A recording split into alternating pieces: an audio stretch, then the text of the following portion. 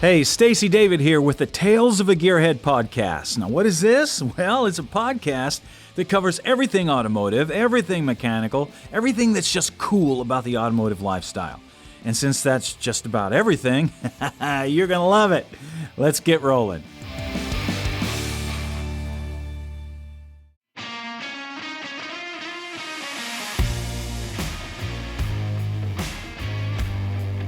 All right, we have a special guest here today. We're going to talk some Jeeps. I've got Tony Muckleroy here from the Jeep Talk Show. He's got his own podcast, Jeep Talk Show. You need to check it out. Tony's been around a long time, so we're going to jump right into it. Tony, welcome to the show, man. Thank you. And I just want to say also thank you that the only other person that's ever referred to me as being special is my mom. And I think it was positive. Okay, so tell me about your background. Why Jeeps? How did you get into the Jeep Talk Show? Are you just a Jeep guy? Give me a little bit of your background. So whenever I was 16, my parents bought me a 1973 Pontiac Ventura. That's not really Jeepy. No, not at all. It had a 3-speed on the floor. Thank God it was on the floor and not on the tree. Yeah. But it had a straight 6-cylinder. I don't know what about me told my parents that I should not have a V8. I don't know if it was just me personally, or maybe my dad knew how he is. Any young boy at that age, I'm surprised it had a stick in it. Oh, it was so cool. I mean, I really liked that. And the unfortunate thing is that I have a very high mechanical aptitude, at least proven by tests at school. So the downside is that if I wanted to change something, it wasn't like that test needed to tell me I could. It was just like, I can change this. I can make this different. And then I went about making that Ventura different as I could afford it at 16 years old, so it took a while. But I did a lot of talking because there was no internet back then. There was books, but who the hell needs books? You know, that's reading. That sucks. But I talked to some people that did fast cars and stuff and what I need to do. And I think the first engine block that I got, well, it was a whole engine from a junkyard, was a 283. I thought a 283 would be a lot of fun to put in there. I rebuilt that engine with a 3/8-inch socket set. No torque wrench. Okay. What's a torque wrench? I don't need that. Yeah. My neighbor, I think at the time he had a 71 Dodge Charger. What a cool car. 383 Magnum in it. I got the engine back together and we put it in the Ventura. We went about for the next hour or so dragging the Ventura around trying to get the engine to run. I mean, because it wouldn't start by the battery. Well, let's just drag it for around the neighborhood. You found the second gear was the best one to I don't know. I don't know. We might have tried reverse. I don't know. But anyway, it would not start. So I had to go back to the back to the book. And what else could I do here? What did I do wrong? And by the way, that Craftsman 3/8-inch socket set, the ratchet portion, I had to replace it because it was my dad's ratchet, and I tore it up. Because I had the strength to tighten up those bolts, but the ratchet couldn't handle it. So anyway, I found a 327. That's more cubes. That's going to be better. Absolutely. So then I actually started doing the rebuild properly and more expensively, I'll add. And that one ran, actually my friend, his dad worked as a diesel mechanic. And he actually came over and I forget what it's called. When the rockers, where you adjust the rockers on a Chevy.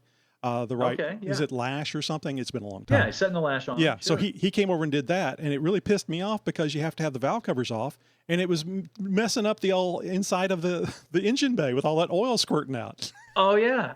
But it ran. I mean, my God, here's an engine that I built, and it starts and it runs. Oh my God, I'm amazing. You know, I can actually build this thing.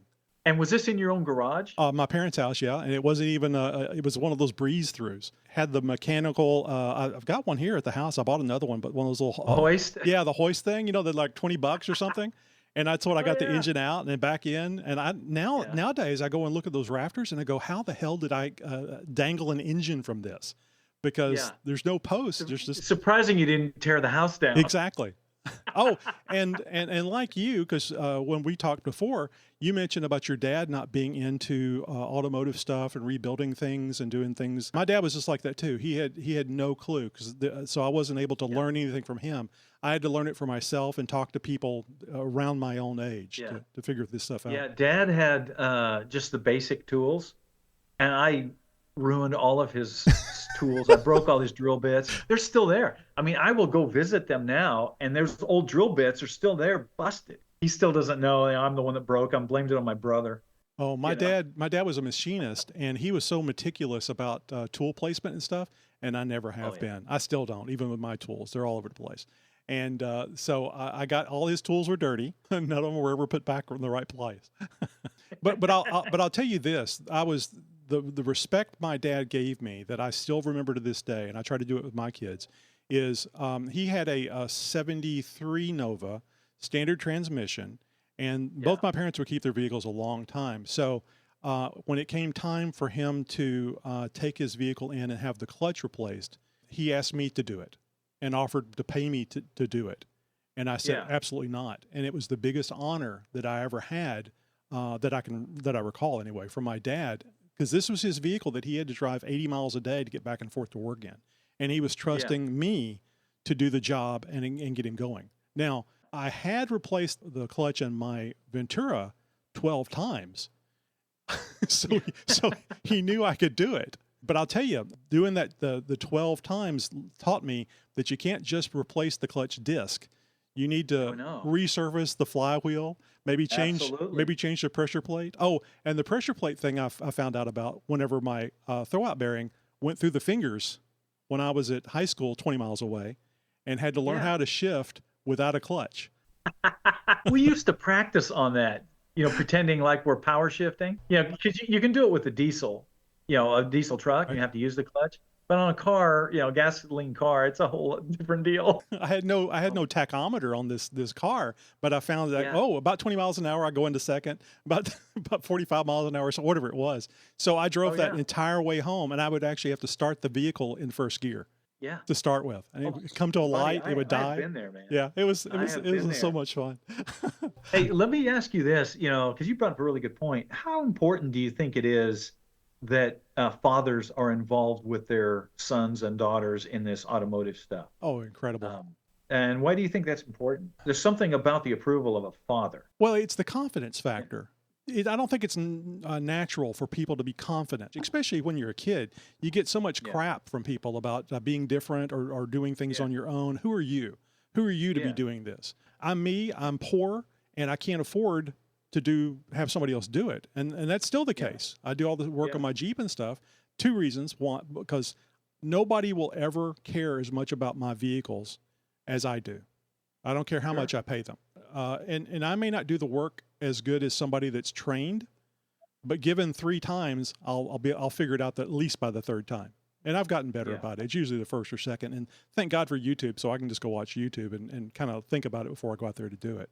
So, but to answer your question directly, I think having a parent involved, and you don't have to know mechanics. All you have to do is be supportive. Stand there, talk to them. You're doing a good job. This is it's amazing what you're able to do. Even saying I can't do that, but I see that you do that. That's a confidence you're giving them, and that's going to be a positive thing long into the future of their life.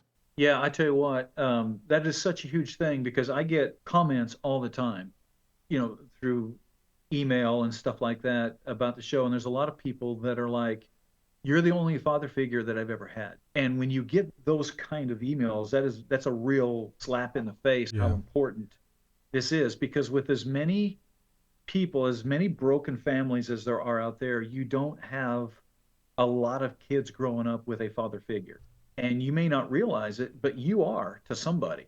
Even with your Jeep talk show, there's some kid, whether it be a girl or a boy, listening to you, and you're giving them that fatherly thing that they're not getting.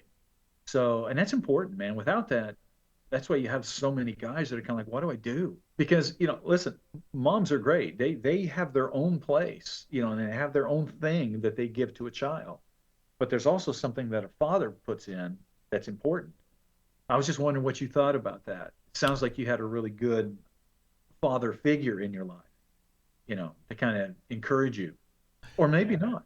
Well, he was kind of to himself a lot. Wasn't really interactive. He was at times, especially when it came to baseball. He coached my little league team for a number of years. If you grow up watching Leave It to Beaver, nobody's ever going to be Ward, Ward Cleaver. So people are going, who? Yeah. My old co-host Josh would say, timely reference, Tony. Okay, so how did you make the transitions into Jeeps then? So you had a lot of cars, you obviously built engines. So what led you down the four-wheel drive dark side? Two things. One, I had an accident in the Ventura after I got the 327 in it, and you know when you put an engine in it, you have to test it and see No, of how course. how fast it will go. And Yeah. I would recommend doing that on a non-public road of some sort. I did it on a public road. It was a 3-lane, all going I guess it would be technically a 6-lane because the what I was on was 3 lanes. And I was in the fast lane as one should be when you're doing 130 miles Yes, an with the hour. Ventura. And truth be told, the speedometer only went to 130, so I like to think I was doing better than that. Anyway, so a Monte Carlo, I think it was probably a 75 or 78 Monte Carlo, pulled over into my lane. What the hell? In his defense, I was probably a spot in his rearview mirror before he pulled over into that lane. Anyway, I came up on him very quickly.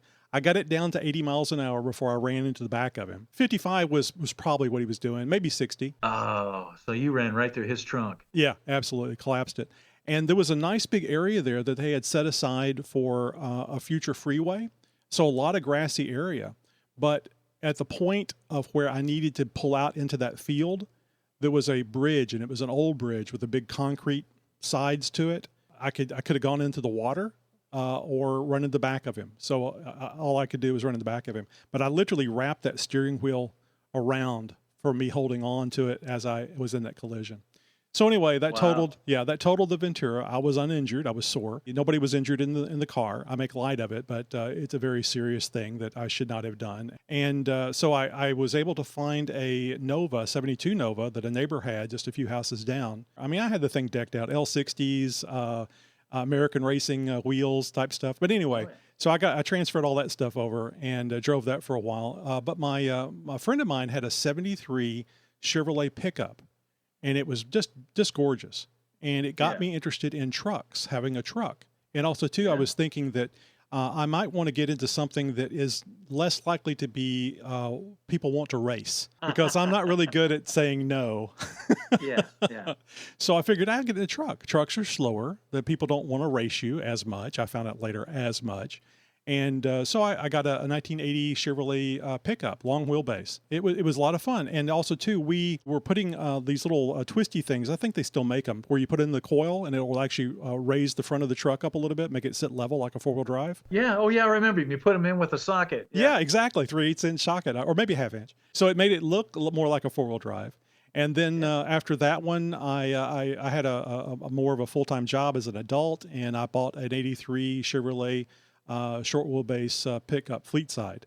And it was not a two-tone. Did not want a two-tone. I wanted one color.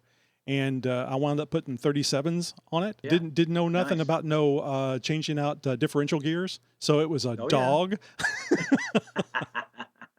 But it was so cool. So that's how it got me into four-wheel drives. And that wasn't, I didn't get another four-wheel drive until 98 rather, when I got my Jeep Cherokee. And I still have that one. So that got me into the Jeeps. I had wanted a Jeep since probably 76, but the liability insurance was way too expensive for a kid. So 98 XJ was my first Jeep. Now, what's your favorite Jeep? I mean, if you could just pick any kind of a Jeep, are you a CJ5 guy? Are you a 7 guy? You a Scrambler guy? You a Wrangler? Yeah, the first Jeep that I went to look at and was going to buy was a 98 TJ Wrangler. When I went and found it and talked to them about it, and they went, well, I guess I better bring the wife up here before I buy anything. So I brought her up there to the dealership to have a look at it. And I'm a big red Jeep guy. I mean, my catchphrase is every Jeep is red or wants to be. But truth be told, that was a black TJ that I was looking at getting. Anyway, while we were waiting for the salesman inside the showroom, they had a bright red 1998 XJ with the Colorado package, which meant it came with a 1-inch lift. It had a block heater and a few other niceties that you don't need in Southeast Texas. And I was telling my wife, I said, oh, that's a nice color. Red's her favorite color. Red is my favorite color. And it's a 4-door, and we had 2 young daughters at the time. And I said, what do you think about getting this instead of the TJ? This will be easier to get the girls in and out of.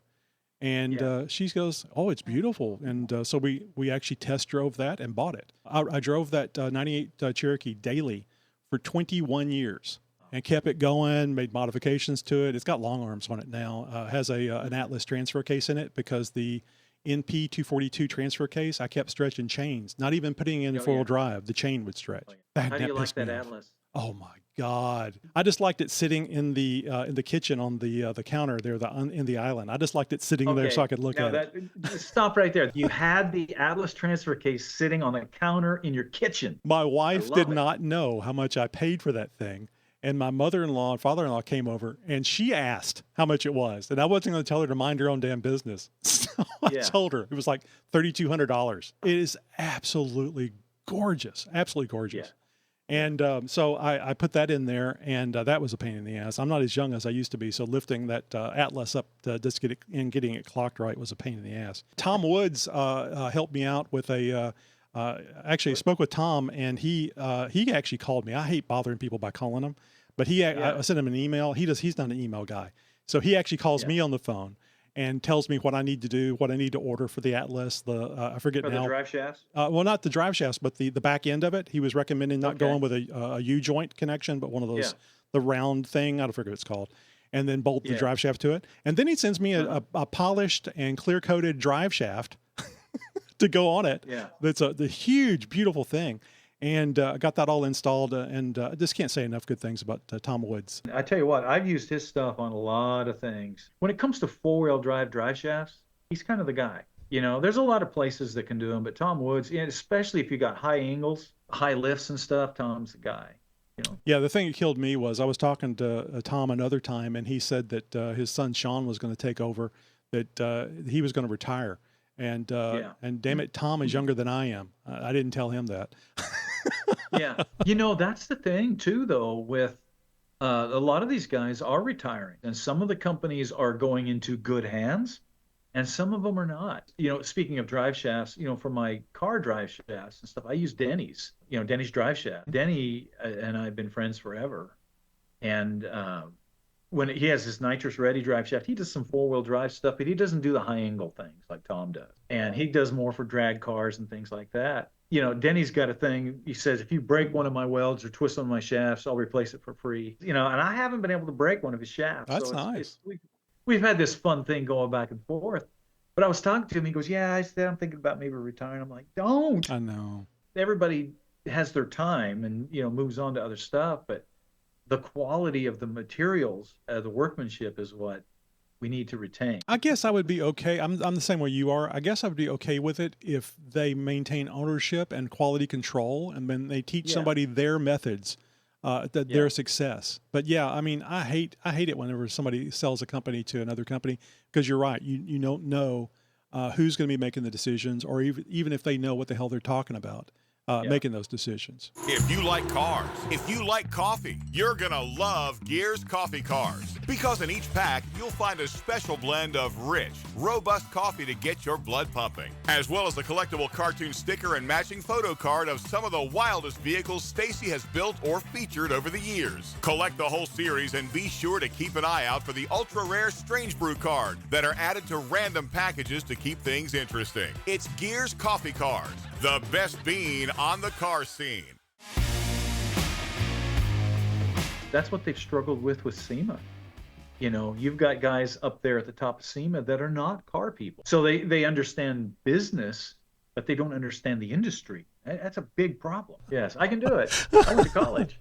College is great, but it's not necessarily the end-all, be-all of success. I didn't graduate from college. I went 1 year. I was not a college person. And I say that very strongly, that not everybody learns out of a book. I think most people learn with their hands. Oh, you have to. I think you have to. And you learn from doing it. It's just like, you know, going from the music industry to a builder or a car builder or anything like that.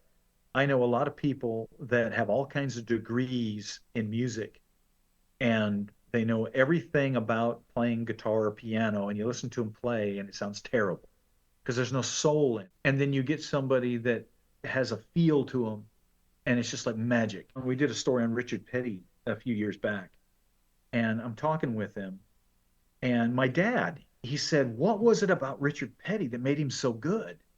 I said, honestly, I asked him that. And I said, Richard, why were you so good?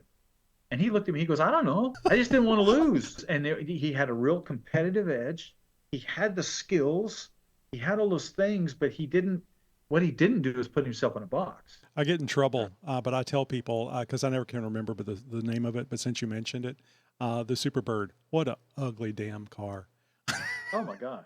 It'll go 200 miles an hour, and but still, what a ugly car. I mean, the Charger, the Charger was so gorgeous. But I tell you what, I wanted a Superbird because I wanted a 6-foot wing on my car. Of course. It's like, I want the wing, the nose and the wing. Actually, that brings up a question in the Jeep world. Okay, I was a 4-wheel drive guy. I mean, that's my background in Jeeps. When the rock crawling thing first came about, we were right there helping get that started when I was doing trucks. You know, I was involved with the Curry guys and everybody that was involved with that, you know, advanced adapters with the Atlas, everybody, that whole world. So my background was very 4-wheel drive oriented. However, you know, now most of the Jeeps that are being put together are not off-road vehicles. They're more, well, people would call mall cruisers. How would you instruct people to build their vehicle and to do that and to get around that stigma? So I try to be, I'm very opinionated, as you can probably tell. So I try to keep in mind that people do things the way they want to do them, and they should. Yeah. But I like to try to explain to them how I recommend they do it and why.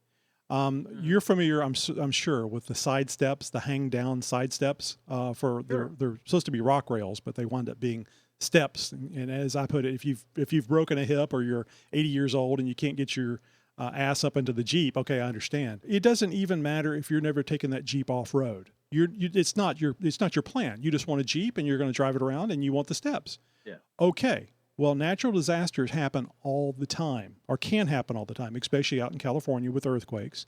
And if you find yourself in a off-road capable vehicle, which every Jeep Wrangler or Gladiator that comes off the line are off-road capable, and you put something on there that's going to keep you from getting over this step that Mother Nature has created because of those hanging down things, you're going to wish you didn't put those on there. Number one, it's going to tell people that you don't know what the hell you're doing with a Jeep. If that's not important to you, that's fine. But don't keep yourself from being in a vehicle that could get you to safety by simply making bad decisions. And the other thing is doing wheels that are larger than the 17-inch wheel that comes from the factory or the 15-inch wheel like it comes on the XJs and the TJs. You want the ability to air that tire down so you can increase traction. And it may just be for the beach that you need to air down. Yeah. And if you put the 22s on there or something, okay, yeah, fine. It looks cool, but it's not Jeepy. It's not what that vehicle was intended to do. But again, you can do it the way you want to do it, as long as I let you know there might be a problem. The other issue I have is the Jeep Renegade, not the proper one from years ago based on the CJs, the new one. That is a Fiat 500 that they did stuff to make it look more Jeepy. I call those things gynos. Jeep in name only. You do not have a multi-billion-dollar industry, aftermarket industry, of things that you can put on there, just bolt-on things. And it is not going to get you to and from places that a Wrangler or Gladiator can have. I mean, you may not be interested in that. That's fine. But why would you buy something like that when you could have something that does have a multi-billion-dollar industry and you can take in the mud or on the rocks and just get the whole sickness of modifying it? I remember when our girls were growing up, I remember there was one night we went out to the restaurant. We pull in there, parking lot's full, and there's this big mound off to the side. And so I just put it in 4-wheel drive and just pulled up on top of this mound right there in front of it. And we got out and we just parked right there. And the girls were like, Daddy, can we do that? We just did. Oh, they thought that was the coolest thing. And it's just one of those freedom things that you can do in a Jeep or a 4-wheel drive that I've just grown up with. But I agree with you. The big wheels and tires, you know, you're talking about airing down a tire. It's kind of hard to air a tire down when you have 22-inch rims and that much sidewall. Rubber band can only do so much. Yeah. And not only that, but the big wheels, I've had many conversations with, you know, like the guys at Bear Brakes or Stainless Steel Brake Company and stuff about when you're upgrading any wheel on a car or truck, you need to upgrade your brakes to get that thing to stop. That's the pesky part. Put the big engine in it, put the big tires and wheels on it. Oh, I got to stop this thing too. Yeah. We got one more question for you on this. If you were to instruct somebody on a great first four-wheel drive vehicle, what would you recommend? Well, there's two answers here. One, I would think that the easy thing to do is just get a Wrangler. I personally would not get a Rubicon. I would get a base model and then put everything on there and in there that you want. Well, I personally really like the TJs. My wife has a TJ. We finally did get a TJ. We've had it for about 7 or 10 years now, 2003. Both my daughters have TJs. So the TJ is a great vehicle, but it has the legendary 4.0. I would not buy any vehicle that doesn't have the 4.0 in it, whether it be XJ or TJ. And there's several other little caveats that you can learn about from us on the Jeep Talk Show. Now, if you're not into building, you just want a Jeep, then maybe you can put some bolt-ons and stuff. The GLU is wonderful. I would recommend the JL because I think the two-door is a lot more nimble. It will get you around things that you can't get around. But the second part to this is the Gladiator. The Gladiator, they're having a really hard time selling them. And you can get a Gladiator like a Rubicon. I think one of my Jeep Talk Show people was telling me because they were looking $39,000 for a Gladiator Rubicon. And I've taken my 21 Gladiator to Easter Jeep Safari last year for the first time, and it did amazing. It just did wonderful. I have made some modifications to it, but nothing wild. Did you see that nose that I put on the one that I did on the show? Is it like the old Gladiator? No, it actually looks like the old M714 military vehicle. I'm not familiar with that one. Yeah, it looks like, it's very similar to the old Gladiator. It didn't have the chrome grille in it. It's very cool. I think that the original Gladiator, I think that the nose was ugly, but I think Jeep did themselves a disservice by not making the new Gladiator something similar to that. And the reason why is because I don't understand this, but some people don't like having waved at a Gladiator. And whenever they see the Gladiator coming at them, it just looks like a JL. So they can't take back that wave, that Jeep wave. Once they see that there's a bed on that thing. I love the Gladiator. I think it's wonderful. One last question for you. If you could have any Jeep or any four-wheel drive vehicle, let's limit it to four-wheel drive vehicles, what would it be? Yeah, I would love to have my 83 short wheelbase Chevy back. But this time I would change out the axles and the transmission and the motor because all that stuff was from GM. Yeah. So a square body Chevy truck. Oh, I miss that thing. That was my first four-wheel drive and just absolutely loved it. It rides so high. For off-road, no way in hell. Yeah. Jeep.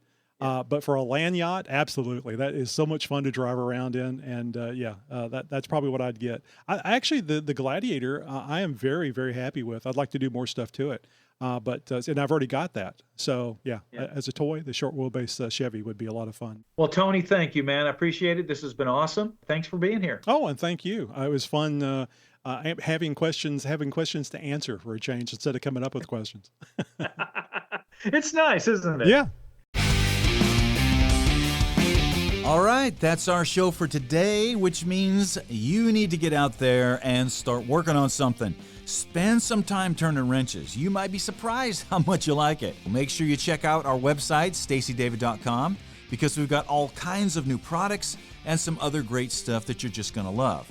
Also, make sure to check out our social media. That's Instagram, TikTok, Facebook, YouTube, all at Official Stacey David. Our social media is where you're going to find all of the bonus content, the giveaways, the contests, the trivia.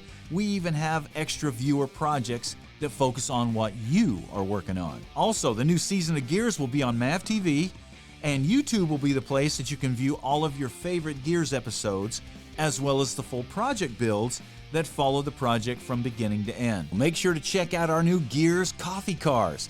This is a unique blend of coffee and cool stickers to collect that will appeal to anyone. All right, that's all the announcements. We're all up to date. We'll see you next time.